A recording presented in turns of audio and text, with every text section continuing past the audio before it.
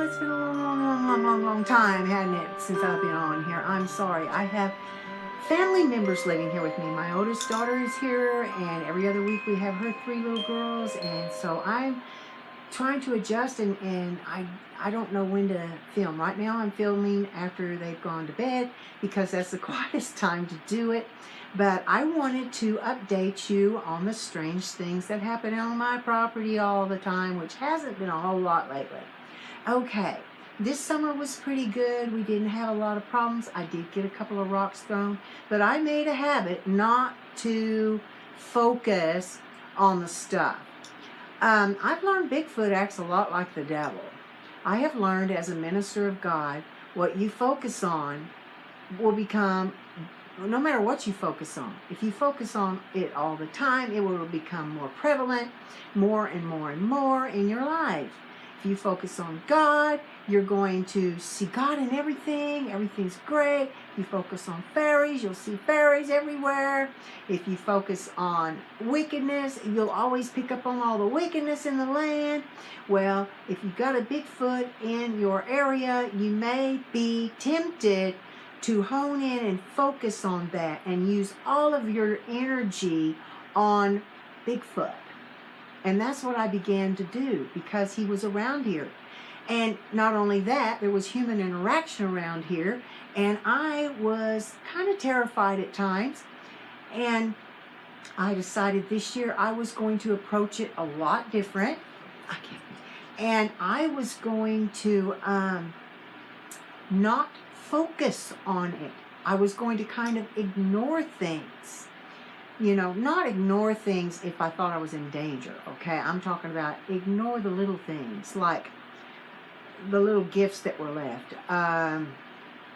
The new little pieces of glass stone that appeared that weren't there the day before. Sticks put in glyphs around the property, things like that.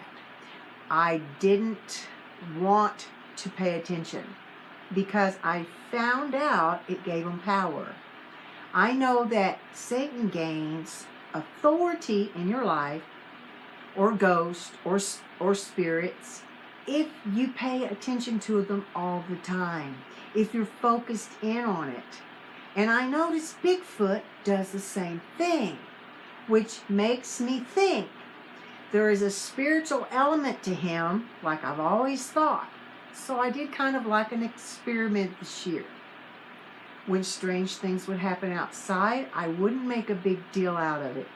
As you notice, most of the time I didn't post to you about the rocks that were thrown at me. I didn't post to you things I heard walking in the woods at night.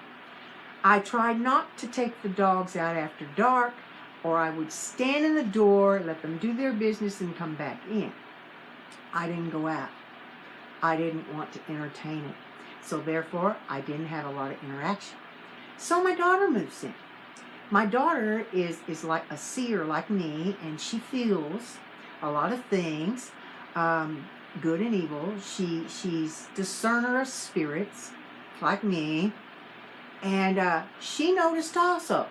So now I've got a witness, I'm not crazy, that sometimes it would feel very terrifying around here, to where you felt like you were being watched, you weren't safe, things like that. And this would happen every once in a while. I haven't paid attention if it's around the full moon or not. I haven't really paid attention what time. I did start looking to see what dates Satanists had their high holidays for a while, and things kind of coordinated around that time also. All right. So anyway, yeah, I had just a few little instances that happened here this summer. But when she moved in, she began to let me know the same night I would be feeling something. She might say something to me, and I'd say, yeah, you're right. Or I might say something to her, and she goes, oh my gosh, I thought it was just my imagination. You're right, I was feeling it. Man, there's something out there. It's weird. I don't even want to go out. You just feel that, like, don't go out, you know. So anyway, she likes to go out and listen to music a lot of times you know, outside in her car, and she'd text her friends and stuff, sitting out there getting herself together after the kids had gone to bed. And she was out there one night when it felt weird. And she already had felt weird, but she sat there anyway, and all of a sudden, it was during when all the acorns were falling, she said it was like somebody or something picked up a whole handful of acorns and threw them full force on top of her car. Just wham! Just lots of them. Just landblasted her. They don't do that. All right, acorns will fall 1, 2, 3, 4. You might have a wind, and they're going da-dun, da-dun. But there wasn't even a wind this night. And so it scared her so bad and was so abrupt and loud that she screamed. And as soon as she grabbed all her stuff, turned her car off, she ran in the house, locked the door. She didn't tell me because I was already in the room in bed. She went to her room and shut the door, got in the bed. And pretty soon, and this is never, I tell you, this has never happened in our house until this, she said something hit her window. Boom. And it did it 3 times. Boom. Boom. So whatever it was, whoever it was, knew she was in that room and was hitting that window. That's freaky. She was telling me about it the day after, and she was fixing to leave for the night. My husband was at work, and she told me the story, and I went, that's so weird. I've never had anything hit the windows on me. Never. Well, our den butts up to the kitchen. We have a big kitchen window. And I'm going to put a picture in here of the window. It's got pretty glass bottles in it. I love my window. So it doesn't have a curtain, you know, that hangs over it or anything. So my back was turned, and I was sitting in my lounge chair, and something hits that window. First time ever. Now, in the summer when I have hummingbird feeders out, that's a given. Hummingbirds, every once in a while, have little fights right there at the window, and you'll hear a bing, bing, bing, you know. There's no hummingbirds. There's nothing. I have never had anything hit my kitchen window in the fall or winter. So I just sat there going, wow, holy Lord Jesus, what was that? And shortly after that, I heard what sounded like claws scratching on the patio door right beside me. Well, I knew it was locked. I'm thinking my shotgun is in the other room. Should I get up? But I didn't want to go by the window, so I just sat there. But anyway, I thought that was weird. Okay. So I think I have told y'all a lot about the lights and other videos that we put out on the patio. We had a string of patio lights, and somebody cut them.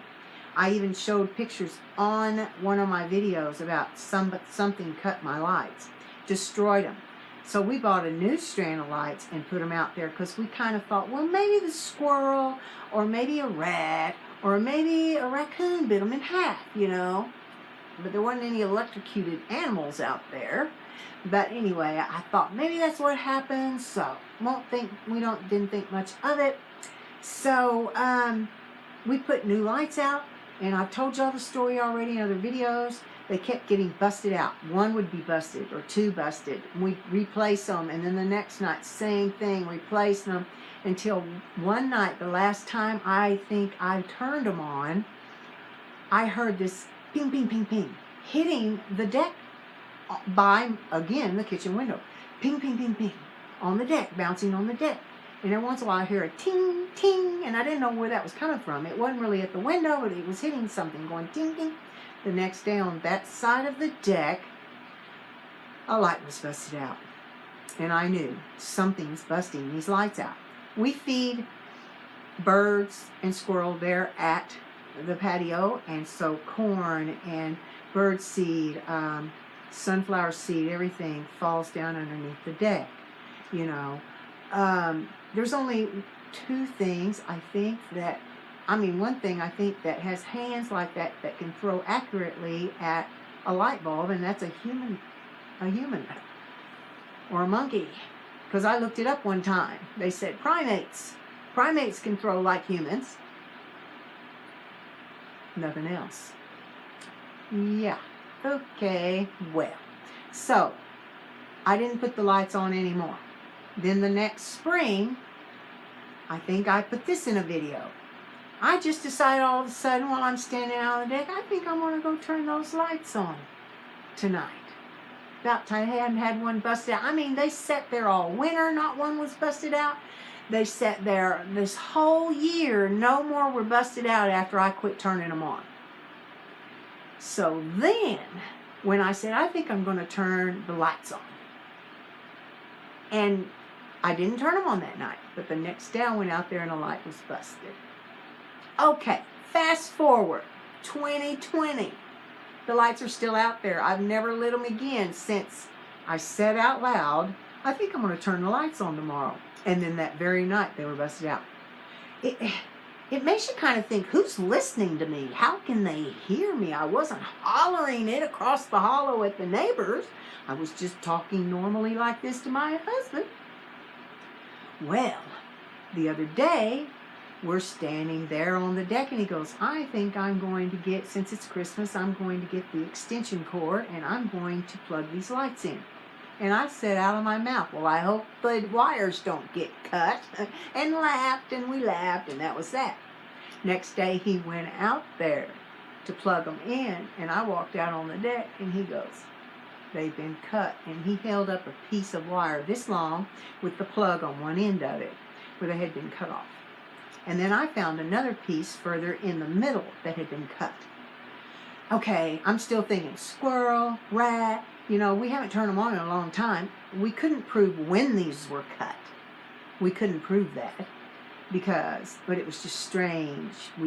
I'd said out my mouth, yeah, they'll probably get cut now, and they were. It just freaked me out.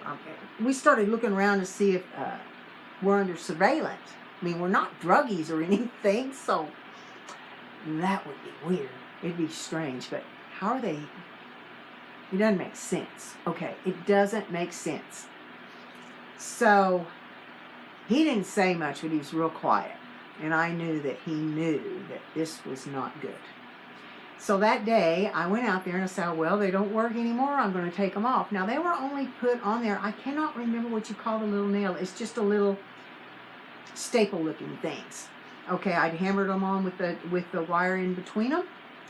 I went to pull the wire off, and I couldn't get that thing to come off in certain places, and I put all my weight on it. In fact, I put all my weight on it so hard one time I fell back down on my butt. And still didn't get the wire out. So I decided I'm going to go in the house and get the wire cutters.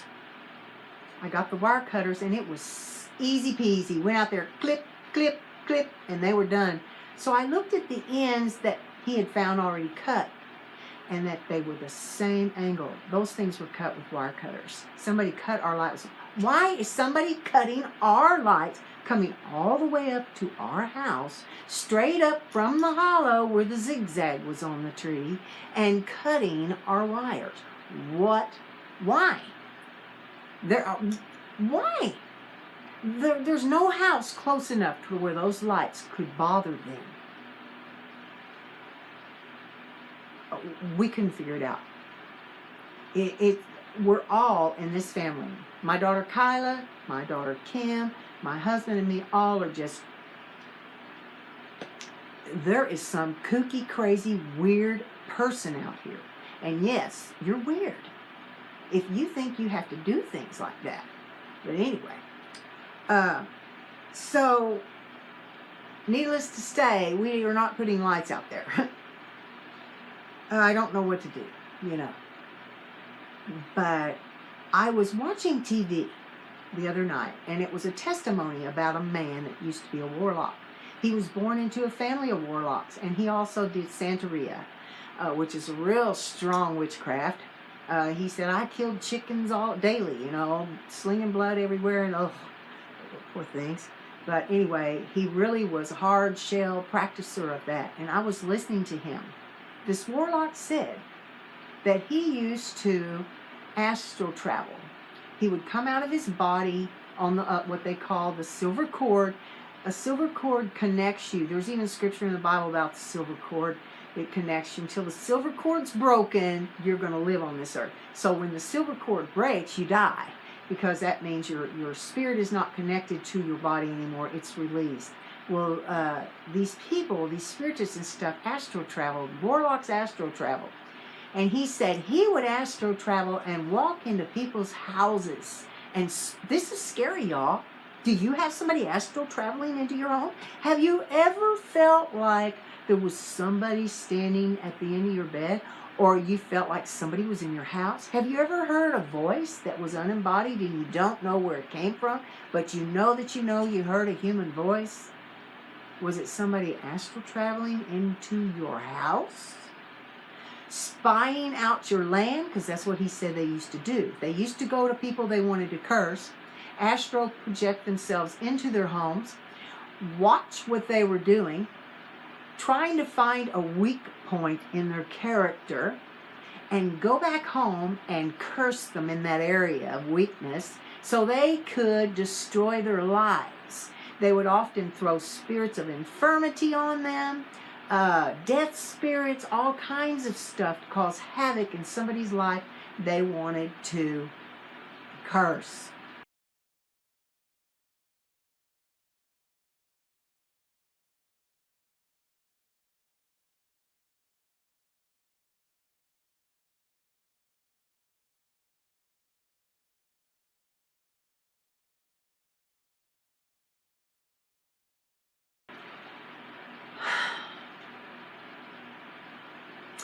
So anyway, that happens, he said. And he said, you Christians out there, you go to church and pray an hour. We went to church. We went to Satan's church. We'd stay up all night and pray to Satan. And yes, we prayed in tongues too. That's what he said. But we prayed in tongues to curse people in Satan. They would go into church services, into Holy Ghost-filled church where they believe in speaking in tongues and speak in tongues right along with them, but they are cursing them with their tongues as the others are praising God. This really is real.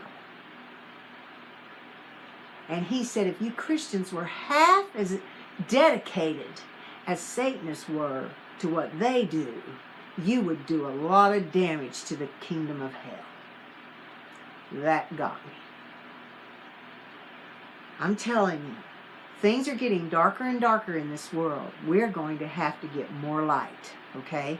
We're going to have to get filled with more goodness. And right now, I'm going to throw this out there. There is so much chaos in the world, so many devious things being done to destroy God's desire in America, especially. I'm just talking about America because that's where I live. If Christians think they're going to be blessed, but they're cursing those enemies, those that are deceived or being mean to them, and instead God loved, he was on the cross and said, Father, forgive them. They don't know what they're doing. What are you speaking? Are you cussing them out behind closed doors? They're deceived.